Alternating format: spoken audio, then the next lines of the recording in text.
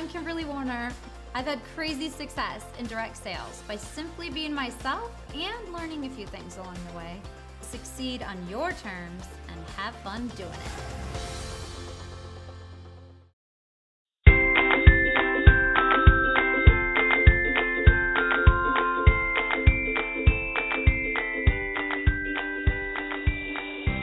Good day, everyone. Welcome to our first Party Talk podcast.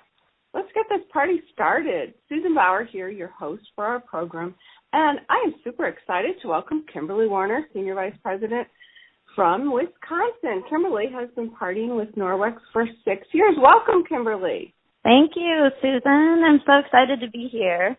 This podcast series is all about the party, and it's actually, we have two parts. Part one is about your pre-party game plan, or your pre-party anthem, as Kimberly likes to call it. And part two is all about taking stock after the party. So for this podcast, we are going to cover that pre-party anthem. So Kimberly, why a pre-party anthem? Okay, well, you know, I like to have like silly, memorable things. So we call it this, and I often train my team the benefits of a pre-party anthem because, you know, it's really easy to let the stress of the day or my dog barking, which hopefully no one could hear, affect how you feel. And, you know, in turn, that usually can affect how your party turns out, whether that's in a good way or a bad way. So, you know, depending on what you're leaving, sometimes that affects the ultimate party at the end of the day. That is so true. I always like to think of it as you kind of need to close that door, you know, have that buffer, and then walk into your host's home with different sort of game plan on. So you have 4 tips. So let's share those with everyone, starting with what it takes to kind of turn that attitude and your mindset so that each and every party really is what you want it to be. So let's start with those tips. Okay. So, yep, I do have 4 tips, and the first is really just about getting your head in the game, and that's before you even leave the house. And this is how it kind of pertains to what I like to call guiding the guilt factor. So, you know, many of us in the Norwex family, we're stay-at-home moms, or we work full-time during the day. We have kids and a husband at home. Oftentimes we are walking out of the door to go to a party right at what I call the witching hour. If you're a mom, you know that hour. It's the hour where, right, your kids are crying, everybody's hungry, they just got home from school, dinner needs to be made, or in my case, even thought of. That's the worst exactly. part. Thinking, right? Thinking of dinner. Oh, yeah. Maybe husbands are, you know, just getting home from work, or, you know, or they're maybe trying to rush home early, or waiting your babysitter's arrival. You know, it's really hard to walk out of the door and walk into somebody else's and have your game face on, ready to entertain and educate other people on the wonders of Norwex, right? So guiding the guilt is really just a thought process. And when you feel that guilt hitting you, whether it's, you know, as you walk out the door or once you open the door to your car, I taught myself a long time ago to create a little mantra that you can repeat as you're walking out the door. So, for example, yeah, thanks. So, for example, when I used to feel this way, I would say to myself, doing this Norwex party is something for me, something that I need to do. I need to feel more like a real person. I need to put clothes on instead of just wearing pajamas all day. And I would like to feel less like a mop in the corner. Party nights definitely are going to strengthen the bond that my kids have with their hardworking dad, and it'll also afford me the opportunity to do things special for Maddie and Jack Lloyd that I couldn't otherwise do. So I would kind of just repeat this sort of mantra in my head over and over. And then I'd also remind myself that I always come home in a good mood. Even my husband would notice. He's like, you should do more parties this week. You're kind of crabby. So after a party, I guess I come home happy. So I know he always prefers that mood better than the one I'm in during the witching hour, and I'm trying to throw dinner on the table and run out the door. So, you know, guiding the guilt factor is really just about that mantra and having something you can tell yourself every day that stays the same, that you know is kind of the positive things that are going to come out of that night. That is such great advice. And that is so true. There is that witching hour, and it is hard. So that leads to tip number 2, your playlist. What's yours, Yes. Kimberly? Even if you're a bad singer and you sing really loud, I mean, it's totally fine, especially if you're in the car. So, yes, unless you have the windows down, nobody's going to hear you.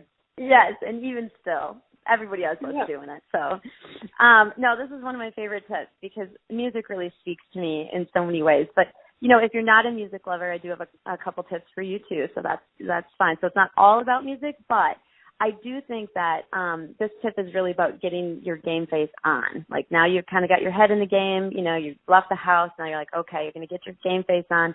And it's kind of getting yourself in the mood, if you will, And so before one of our spring retreats, I had asked my team if they had any favorite songs that they listened to on the way to a party or just like a favorite energizing song that inspired them. And a whole bunch of teammates sent, different songs. And what I did was I created a team playlist from those songs. So I just had them printed out on a really pretty card and I laminated the cards. And then every person that attended our spring retreat got a copy, a little copy of this, and they loved it. And we just talked about how music can affect your mood, like you just said, and how it can energize you before a show, and it's really just that simple. And so we couldn't actually create the playlist I really wanted to create it like on a CD or whatever and give it to them, but you have to get all sorts of things approved, and so you can't do that. That's illegal, I guess. Yeah, they have copyright laws for that. Yeah, right. So we just gave them an idea of a great playlist and laminated it and got to take it home if they wanted to download those songs. But and so we challenged them to listen to that, and every team meeting we play that same music playlist. So talking about this with your teams can do more than just energize people or get them, in a pre-party anthem. It can also be a training tip and something you can do for your team, in a retreat or something like that. So that was really fun, and we love listening to that. And we add songs to it every season. So every new spring retreat we add some more. But if you're not, yeah, thanks. That's really fun. They love it. So if you're not into music, though, that's really valuable time in the car, whether you're driving 15 minutes or, an hour. And so other things that you could do is you could listen to a learning podcast. So either these, like our new Norwex podcast, which I think are amazing and brilliant, because one of the things is we never have enough time to go through all the resources that Norwex offers us, and we have so many. And 15 minutes one way or an hour one way in the car, and then, on the flip side to come back, is really valuable time that you could use to learn some things. So these are really easy because you can listen to these podcasts whether you're driving or cleaning the kitchen or, nursing your baby. I mean, there's all sorts of great ways that you can maximize podcasts. And there's other direct sales podcasts and business podcasts out there too. I mean, I've listened to thousands of them. So those are a really great way to kind of get your pre-party anthem on. And then lastly, another great thing would be to maybe talk with an accountability partner or a leader to kind of create some motivation for you. Maybe you give each other a goal or something. I used to do this with my leader, Annette. I would call her. We'd be driving to parties in totally different areas of the state. And then we would tell each other about our hostesses and how many people were supposed to be there. And we would say, we're each going to have $1,000 party and at least 2 bookings and one person that we're going to have that recruiting talk with. We would kind of challenge each other, and we would set it up and we'd say it out loud and then go into the party. And then it was always fun to catch up, with her a little bit, too, but also to set those goals for each other. And then on the way home, we'd have a follow-up call and see, what successes we had and, what we could have done differently and that sort of thing. So that's also another thing that you could, use that valuable time to do, which will help you get excited for going into your party. And so I like that because it's kind of a little pep talk for each other and a little bit of a competition, it sounds like. So you find out, how's the party go on the way home. One more thing is if you have a new consultant who wants to shadow you on a party, that way to and from the party is great training ground for them. So, all right. Absolutely. Good. That's a good one. But those were all amazing tips. So, and I love that you created a team playlist. That's so fun. All right, so let's move on to our next tip. Tip number 3. Everybody has good days and bad days. It's so true, isn't it? And sometimes you're sick and you still have to go do the party. And I've been there. And honestly, I feel like that lack of excitement can be smelled by your hostesses and guests, just like a dog smells fear, I swear. They can sense if you're thinking about other things. They notice your body language. And so hopefully if you've already started with, my first 2 tips, that you've already kind of released that stress for the day and you're kind of ready to put on a great show and you've gotten your mind right, But, keep in mind that the small things speak volumes. So when you're checking your watch or texting on your phone, or maybe you're setting up your things and then you're resetting up your things, that all sends a message that you're kind of preoccupied. So you want to be cognizant of those things in your next show and, instead try to use that time to create connection and likability with your hostesses or with your hostess and your guests. And if you think of each party that you do kind of as a Broadway show, you can kind of remind yourself that every performance deserves your best. And it's only 2 hours. A lot of times if I was really down and out or if I was really not feeling well, I'd say, it's a 2-hour thing, door to door. I walk in her door, I walk out. If it's more than 2 hours, you're talking too long. So it's 2 hours. You can do anything for 2 hours, right? You can get yourself through it. You just have to get your mind right. So I tell myself, everyone paid for a ticket to my Broadway show and I owe it to them. And by that, I mean they paid their ticket of their time. They took their time to show up. They came to meet you and hear what you have to say and ultimately purchase Norwex from you and hopefully become a lifelong customer. So, if you can kind of keep that in the back of your head, you've already started with the first 2 tips. Hopefully you're not walking in, feeling angst and stressed and preoccupied or sick, but you can at least just leave that at the door and come in and give the best Broadway performance of your life so that you can go home and feel, really happy about what you did. And, that's important, too, because their time is really valuable, and so is yours. So if you're doing things that aren't making the most of the time that you have to, as you mentioned, take that time to connect with the people that you went to the party to build that relationship and that rapport with. So that's a great tip. Okay, so all right, let's move on. I think we have one more tip, and this is an acronym that you created, Kimberly, and I love it. It's CARE. So what does CARE stand for?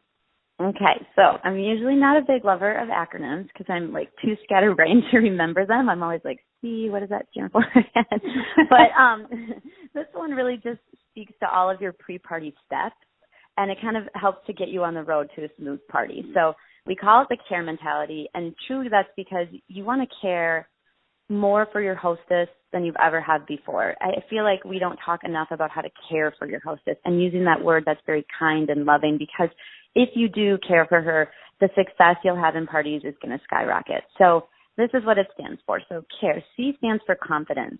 And this is about building confidence in your hostess. It's not about you at all. It's about telling her that she is going to have a great show and reminding her that, even something so little as if she could call her guests, the night before the party that have already said, RSVP yes or even maybes, and let them know how excited she is to see them. She hasn't seen them in a while. She can't wait to give them a hug. These are friends and family of hers that she's invited over. And if you make it seem like she needs to call her guests and remind them to come to a Norwex party because they're going to buy some really great rags, then it becomes about you. So really empower your hostess to feel confident that people love her and they've said yes because they like her. They don't even know what Norwex is most often, right? They don't even know who I am for sure. So they're coming because of her. So give her the confidence to say, I can't wait to see you and hug you. I haven't seen you in forever, and make it about her seeing them and them coming over, and not about a party where they're going to feel like they have to buy something. So if you can build, if you can build that confidence, it goes such a long way. What were you going to say? I'm sorry. Yeah, no. That is really a great tip. And also, for those guests, she may not even be thinking, everybody's so busy. That last-minute call can be like, oh, I totally forgot. I'm so glad you reminded me. And so that just makes them feel good that she took the time to do that as well. Absolutely, because then they know that, it's really about them. She wants them to come and see her. And it can be a fun girls' night then that way, and it's not so much pressure to come, to a party to buy things. So I think it's huge. Yep. So C is confidence. What's A? A stands for authenticity. So be yourself. This is obviously my central message. So if anyone knows me, this is like my word. So, it does something as little as, I sit on the floor at parties. Like, I don't stand like a teacher. I literally just sit on the floor by the fireplace or in front of a coffee table, whatever. I'm very like low key. There's no table. Nothing's, pretty and fancy. But it's just what is authentic to me. And so it makes me real. It makes me approachable. And you have to do what's authentic to you. If you are a teacher and standing and being teacher, like in your presentation is authentic, then that's what you need to do. Don't try to be me and sit on the floor, but especially if you have bad knees, don't sit on the floor. But, that is just me. It's who I am. And that's one thing that it's about you, but in the party, it kind of makes that approachability and that factor where people feel like they're really getting to know you. And they're buying you before they're buying Norwex, and that just creates such an ease. So authenticity is always important. So confidence is C, authenticity, A is authenticity, R is for? Reliability. Reliability. So this is really simple. It's just do what you say you're going to do, and don't forget you said it. So if you said you're going to bring a particular product to demo, make sure you bring it. If you're going to call her on a certain day and certain time, call at that day and time. This is just simple, but super important. It builds trust with your hostess. And again, it all comes back to how you care for your hostess and these are all things that, happen before the party even starts. Again, this is still before. You're telling her, building her confidence before. You're authentic from the party where she met you at, and now you're reliable, You're telling her when you're going to do something, when you're going to call her to go over her guest list or, those sorts of things in your hostess coaching. So it's just doing what you say you're going to do. And that builds a lot of trust, too. So that's great. All right, so moving on to E, the last lettering pair. The last one, excitement. Hello. Woo-hoo! So being excited. Have fun and smile. And this is not a scary job, y'all. This is fun. Who would not want to go out and talk with other adults, especially if you're home with kids during the day, share your favorite product in the whole world, have fun. Sometimes I wonder, how we get paid to do what we do because it is so much fun. And I can't help but smile and laugh. And I even say that. I'm like, who wouldn't want to do my job? It's sort of a recruiting seed. So, yeah, I just think that's kind of excitement. Just remember to be excited. And they usually are if you are. That was fabulous, Kimberly. So that ends part 1 of our 2-part series. And part 2 is all about taking stock inventory of how did the party go. So until next time.